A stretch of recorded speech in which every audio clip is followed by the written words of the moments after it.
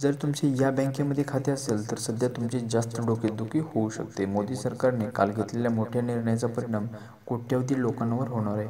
केंद्रीय मंत्रिमंडळाच्या सार्वजनिक क्षेत्रातील 3 बँकेच्या विलीकरणाला मंजुरी दिली आहे.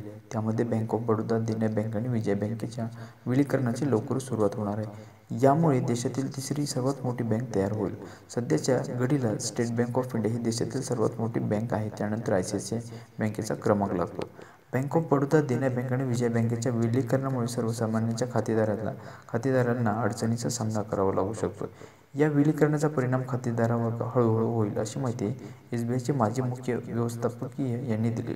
बँकेच्या खातेधारकावर विलिनीकरणाचा लगेच परिणाम होणार नाही, मात्र हळूहळू बँकेचे चेकबुक, खाते क्रमांक आणि कस्टम ID बदलू शकतो. यासोबतच नवी बँक अस्तित्वात आल्यानंतर ग्राहकांना KYC प्रक्रिया करावी लागू शकते, अशी माहिती यांनी यावेळी दिली. यामुळे कर्जावर आणि EMIवर कोणताही परिणाम होणार नसल्याचं त्यांनी यावेळी सांगितलं.